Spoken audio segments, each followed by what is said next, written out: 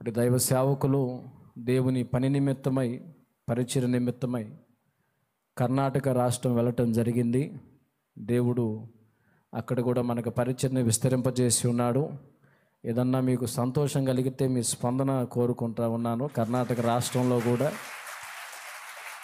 దేవుని పని ప్రారంభమైందని చెప్పడానికి సంతోషిస్తూ ఉన్నాను. గడిచిన దినాల్లో దైవ సేవకులు ఆ ప్రాంతానికి వెళ్ళారు. అక్కడి నుంచి కొంతమంది వచ్చి దేవుని వాక్యాన్ని నేర్చుకున్నారు. చక్కగా వాళ్ళు వెళ్ళి సంఘాలు కట్టడానికి, దేవుని పరిచర్య చేయడానికి దేవుడు కృపనిచ్చాడు.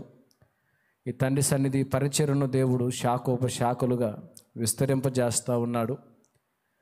ఏమండి, అపవాది ఎన్నో విధాలైన శోధనలు, ఎన్నో విధాలైన ఆటంకాలు, అవరోధాలు కలుగు చేయడానికి చూస్తున్నప్పటికీ మనలను ప్రేమించిన దేవుడు ఈ పరిచర్యను ఆశీర్వదించాలని పూనుకున్న దేవుడు. మనుషులు ప్రారంభించింది కాదు, మనుషులు నడిపిస్తుంది అంతకంటే కాదు. పరిశుద్ధ ఆత్మ దేవుడే ఈ పరిచర్యకు రథసారథిగా ఉండి ఆయనే ముందు నడుస్తూ తన దాసుల్ని నడిపిస్తూ, తన దాసునితో పాటు మనలందరినీ కూడా నడిపిస్తూ ఉన్నాడు. కాబట్టి ఎవరు ఎన్ని ఆటంకాలు కలుగజేయాలని చూసినా ఈ తండ్రి సన్నిధి పరిచర్య నానాటికి విస్తరిస్తూనే ఉంటుంది. దాన్ని ఎవరు కూడా ఆపలేరు. మరొక మాట చెప్పాలంటే, శాలేమన్న తరచుగా చెప్తూ ఉంటాడు, దేవుని పనికి ఉన్న ఒక లక్షణం ఏంటంటే, ఆటంకాలు ఎదురయ్యే కొద్దీ ఇంకా దేవుని పని విస్తరించడం మొదలుపెట్టింది.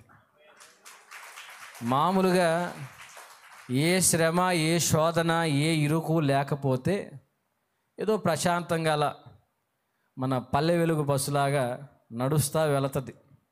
తెలుసు కదా, బస్సు చెయ్యి ఎత్తండి, బస్సు ఆపండి, మీరు కోరిన చోట. తెలుసుగా మనకి పల్లె వెలుగు బస్సు. ఏ శ్రమ, ఏ ఇబ్బంది లేకపోతే అది పరిస్థితి.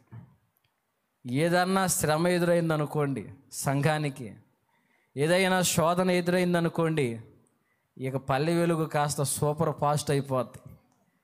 ఇక ఎవరికి దొరకకుండా వెళ్ళిపోద్ది.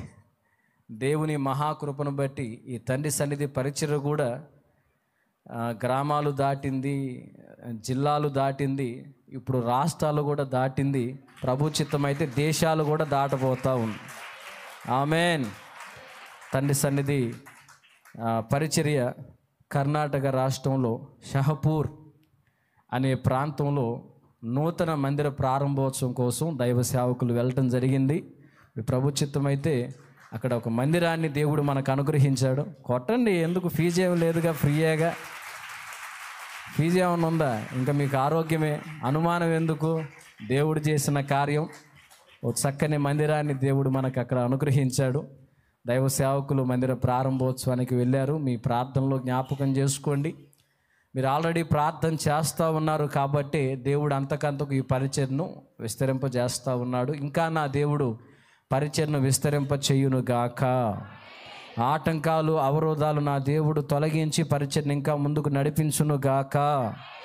దేవుడే తన దాసునికి తోడయ్యుండును గాక.